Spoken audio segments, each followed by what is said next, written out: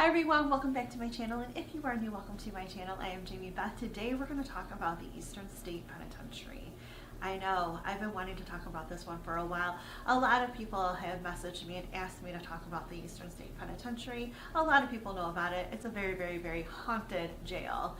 We are going to jump right in with this story. So the Eastern State Penitentiary in Philadelphia, Pennsylvania is well known for several reasons. It was one of the most expensive prisons ever built in the world and utilized a radical philosophy. It housed some of America's most notorious criminals, and it is said to be the most haunted prison in the country. The idea of a new type of prison system came about in 1787, just 4 years after the American Revolution was over, when important men gathered at the home of Benjamin Franklin to discuss prison reforms. At the time, the Walnut Street Jail was located directly behind Independence Hall, and the conditions there were terrible. I'm just going to let the primer sit on my face for a little bit because I think I want to do my eye makeup first. I think it might be a little messy, so we're going to go ahead and do eyes first today. So men, women, and even children were housed in this county jail, and the conditions there were terrible. They were, kind of along the lines of like nasty, dirty pig pens. They were overcrowded, they were disease-ridden, it was cold, dangerous, and generally unsupervised. So if you committed a crime, whether it be something like petty theft or all the way up to murder, you were housed in this county jail regardless, and not separated from the more dangerous criminals that were there. Abuse from both jailers and inmates was really, really common, and food, heat, clothing, or any other type of protection was only provided if the inmate could afford the price. Robbery and beatings were a common practice, and it wasn't unusual for prisoners to die from cold or starvation. These abuses led to the formation of the Philadelphia Society for Alleviating the Miseries of Public Prisons. This society met at Ben Franklin's house to discuss improvements and alternatives. So one of the members of this society was a prominent Philadelphia physician and signer of the Declaration of Independence, whose name was Benjamin Rush, called for a house of repentance rather than prison. And this is where the name penitentiary came from. Rush proclaimed that radical change was needed and believed that crime was a moral disease. Further, he suggested that the house of repentance would be a place where prisoners could meditate on their crimes, experience spiritual remorse, and undergo rehabilitation. The plan was built around the idea of solitary confinement that would allow criminals to meditate on their crimes and involve no corporal punishment. The other men agreed, and the method, which became known as the Pennsylvania system, would be utilized at Eastern State Penitentiary and other facilities throughout the world. The Philadelphia Society for Alleviating the Miseries of Public Prisons survives today, now called the Philadelphia Prison Society, which promotes correctional reform and social justice. The men soon convinced the Commonwealth of Pennsylvania and started their work at the Walnut Street Jail. In 1790, a small penitentiary house with 16 solitary cells were built. The inmates were segregated by sex and crime. Vocational workshops were instituted to occupy the prisoners' time, and much of the abusive behavior was abolished. But the facility was still very much overcrowded, and as the city's population increased, so did the crime. So it would be decades before a new prison was built, the ground was broken for the Eastern State Penitentiary. In a cherry orchard outside the city in 1822.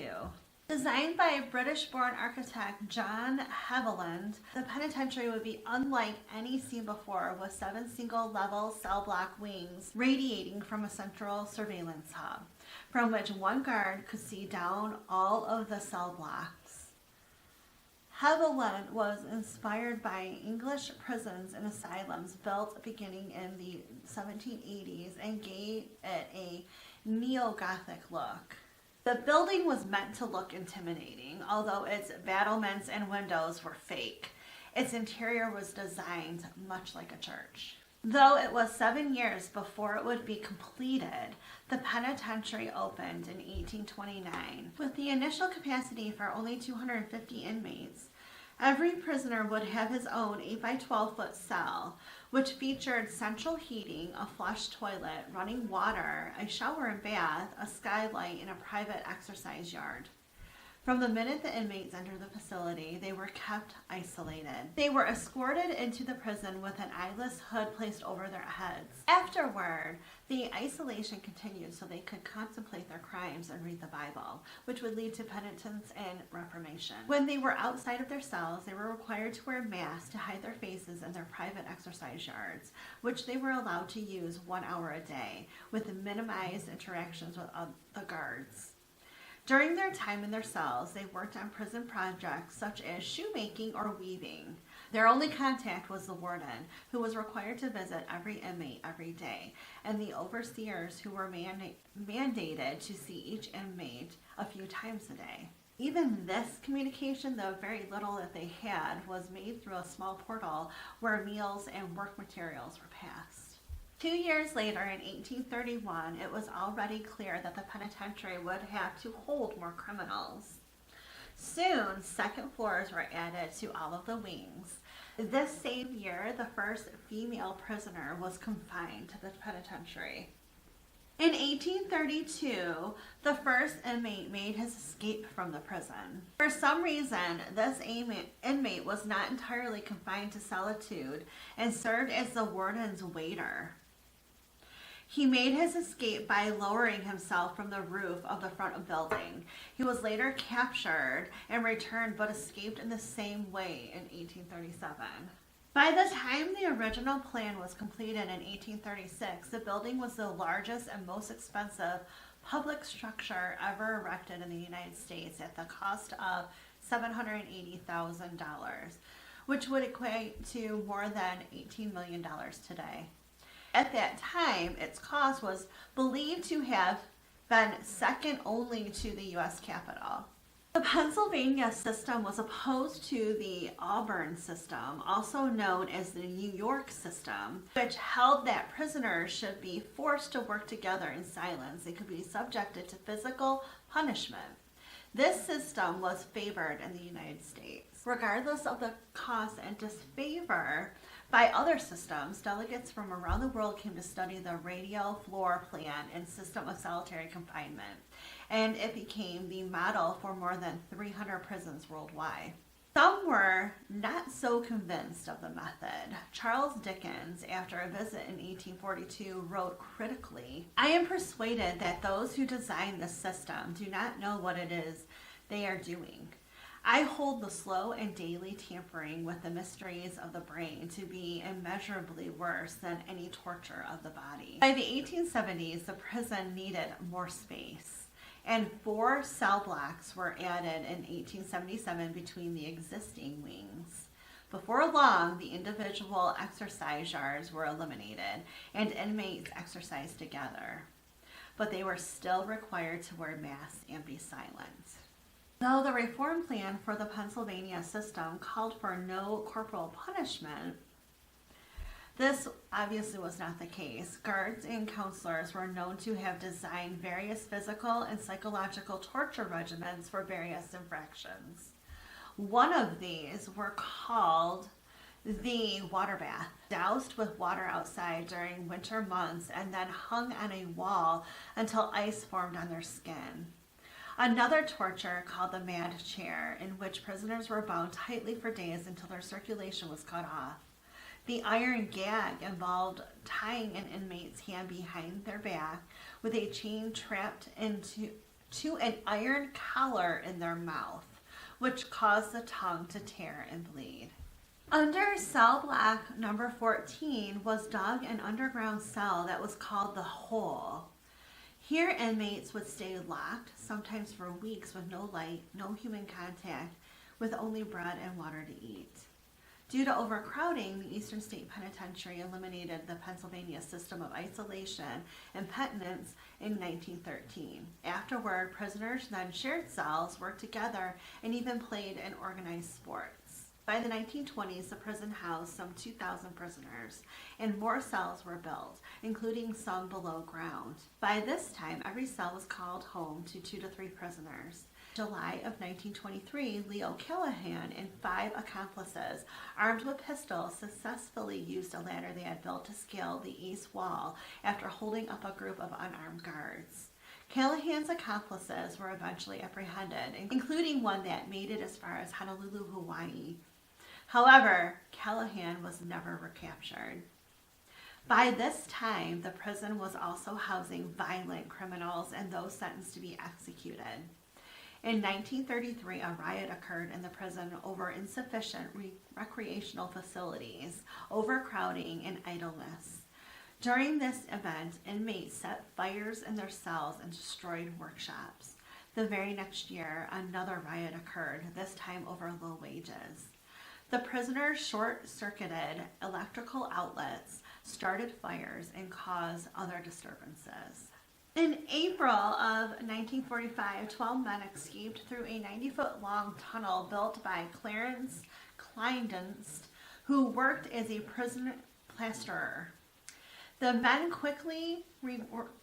were quickly recaptured and returned to the prison. In 1959, a new cell block was opened to house violent criminals. The last cell block to be built, it was the only one with the electric doors. Though the prison housed those on death row, no executions had ever taken place at this prison.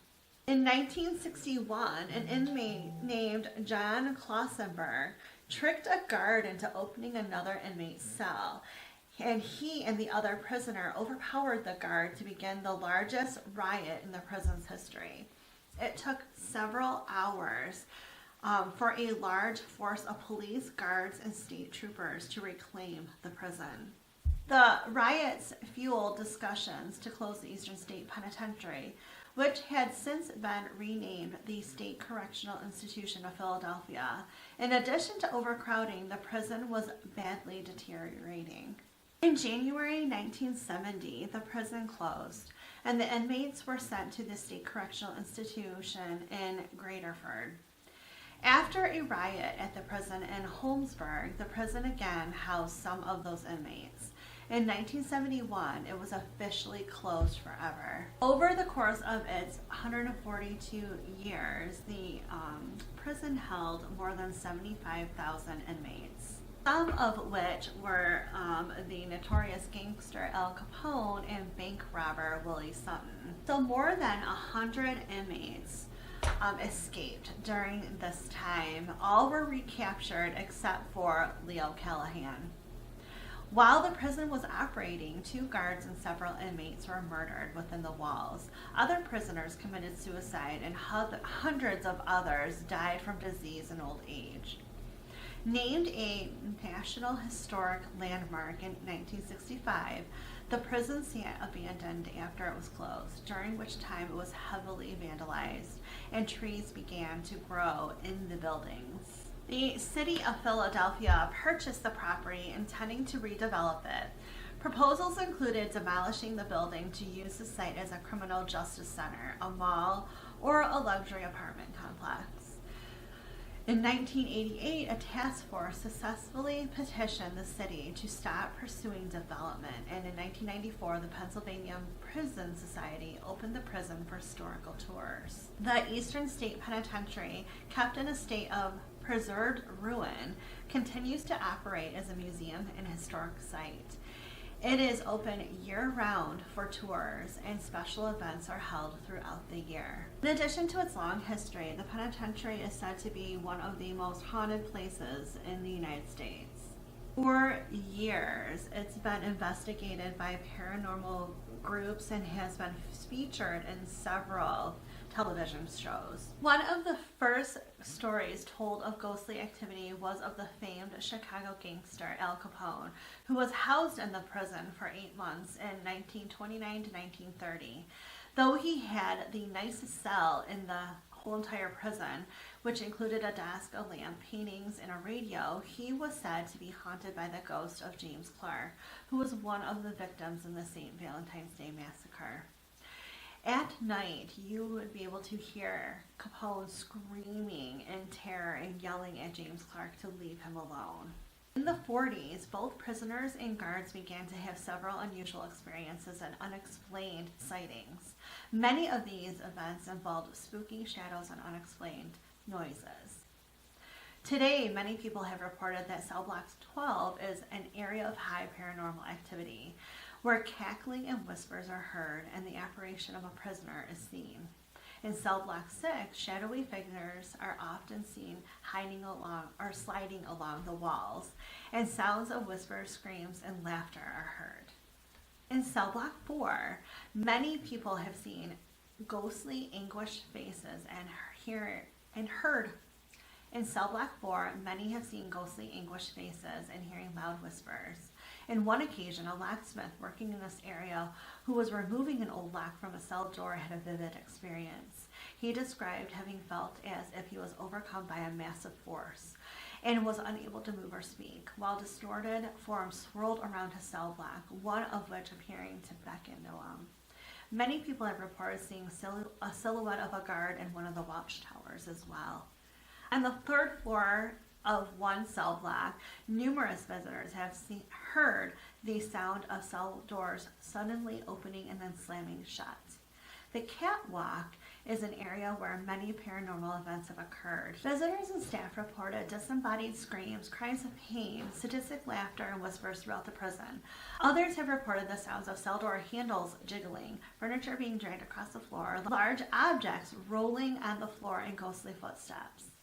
Many have seen sudden orbs or streaks of light appearing, felt unseen people tapping on their shoulder, and got overwhelming sensations of being watched, and in general, a feeling of dread. That is our story for today. Oh my gosh, I hope you guys enjoyed hearing about the Eastern State Penitentiary. If you liked this video, please give it a thumbs up and remember to hit that subscribe button down below if you haven't already, as well as the notification bell next to it to be notified of all of my upcoming videos. Thank you so much, and I'll see you again soon. Bye.